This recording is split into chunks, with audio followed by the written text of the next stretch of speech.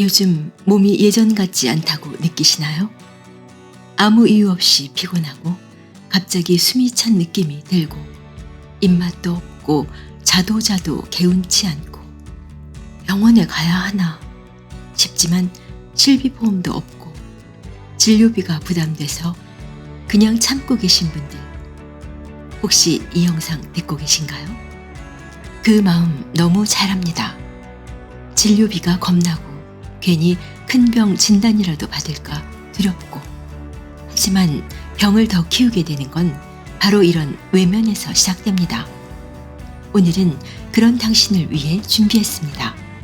질병 완치, 실비보험 없어도 내 몸을 지킬 수 있는 5가지 회복 루틴. 지금 이 순간 병원비를 걱정하며 불안해하기보다 내 몸을 돌보는 데 집중해보세요. 그 선택이 당신을 지켜줄 수 있습니다. 건강검진만 믿으면 병을 놓칩니다. 검사 결과는 괜찮다는데 왜 이렇게 피곤하지? 어디 하나 크게 아픈 건 아닌데 왜 이리 고단해?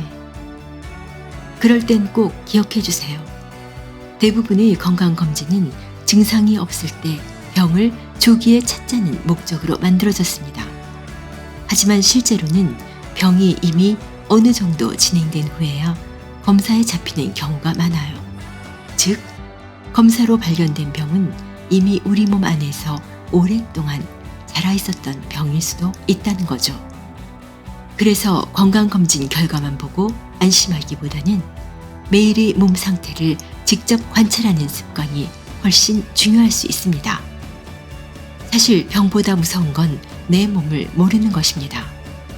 병원에 갈 여유가 없어서, 보험이 없어서 우리는 몸의 신호를 무시합니다.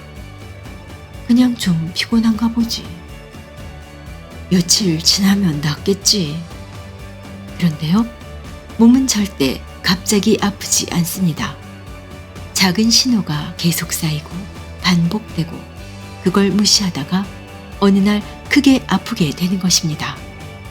병원비 걱정에 하루 종일 불안해하는 대신 그 시간을 내 몸을 돌보는 데 쓰기로 해보면 어떨까요? 지금부터 실비보험이 없어도 실천할 수 있는 5가지 기본 건강 습관을 함께 들어볼까요? 실비보험이 없어도 가능한 5가지 회복 루틴. 첫째, 내 몸의 일기를 쓰세요. 하루 2줄 정말 간단하게 시작해보세요. 6월 22일 아침 속 불편, 저녁에 피곤이 심함, 점심에 밀가루 먹음, 밤에 소화 안됨. 이런 기록들이 쌓이면 놀라운 게 보여요. 몸의 흐름, 피로의 이유, 소화의 트리거 같은 것들이죠. 몸의 목소리를 글로 옮기면 보이지 않던 신호들이 보이기 시작합니다. 둘째, 따뜻한 물 하루 7컵. 물을 충분히 마시지 않으면 몸은 굳습니다.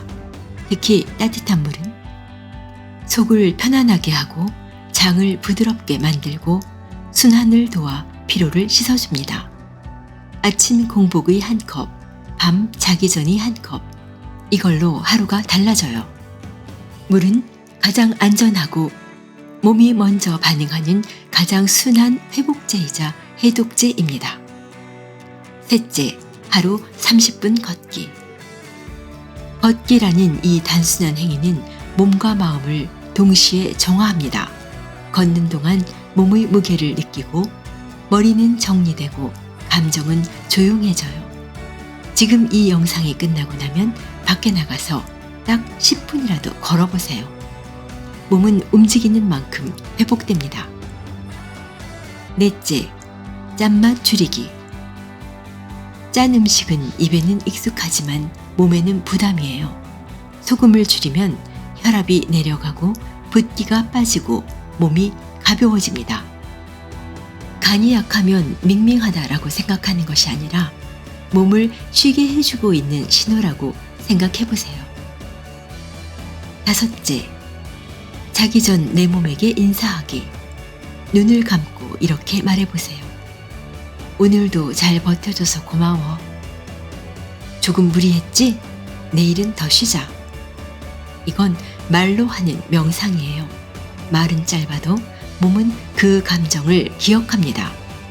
당신은 이미 자기 몸의 주치의예요. 그 감각을 다시 회복하세요. 우리는 흔히 병원에 자주 가는 것이 곧 건강을 관리하는 것이라고 생각하지만 실비보험 덕분에 큰 비용 걱정 없이 병원을 찾을 수 있게 된 이 편리함이 오히려 우리의 몸과 마음을 병들게 할 수 있다는 사실을 알고 계신가요? 한 연구에 따르면 실비보험 가입자 총 상당수가 크고 작은 증상에도 반복적으로 병원을 찾는 경향을 보였습니다. 그 결과 필요한 검사를 넘어선 과잉 검사, 불필요한 약 처방이 일상화되었고 심지어 내가 아픈 사람이라는 고정된 인식이 뇌에 각인되기까지 합니다. 의사는 병을 찾는 전문가입니다. 병원이란 어디선가 문제를 찾아내야만 작동하는 시스템이기도 합니다. 건강한 사람이라도 자주 병원을 드나들다 보면 정상 범주 안의 변화조차 질병으로 해석되고 그에 따라 약을 복용하거나 치료를 받게 되는 일이 벌어집니다. 결국 우리는 실비보험 덕분에 안심이 아니라 진료 의존성이라는 또 다른 함정 속에 빠지고 있는 건지도 모릅니다. 정기검진은 중요합니다.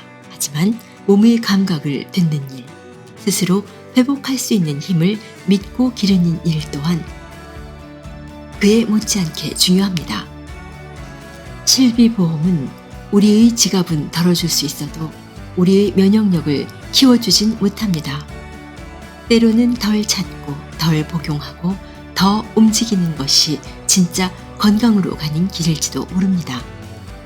실비보험이 없어도 괜찮아요. 당신은 이미 몸과 마음의 주인입니다. 병원비 걱정하며 보내는 시간보다 이 5가지를 실천하는 하루가 당신을 더 건강하게 만듭니다. 오늘의 낭독이 당신의 몸에, 마음에 작은 울림이 되었기를 바랍니다. 구독과 좋아요는 이 낭독이 계속될 수 있는 힘이 됩니다. 다음 시간에는 중년이 된 우리가 노모를 향해 가슴속 깊이 묻어둔 그 미안함과 그리움에 대해 조심스럽게 꺼내어 보려 합니다. 언제 한번 전화드려야지, 찾아뵈어야지, 마음은 늘 있지만 자꾸만 미루게 되는 날들이 쌓여갑니다.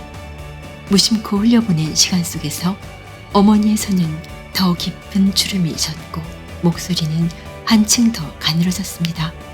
그 안타까움과 죄송스러움은 우리 모두의 이야기일지도 모릅니다. 누군가는 지나간 날을 떠올리며 누군가는 지금 이 순간에도 그 마음을 안고 살아가고 있을지도요. 다음 회차에서는 그 오래된 그리움과 말로 다하지 못한 사랑을 우리의 이야기로 나누어 보려 합니다. 오늘도 귀한 시간 함께 해주셔서 진심으로 감사합니다.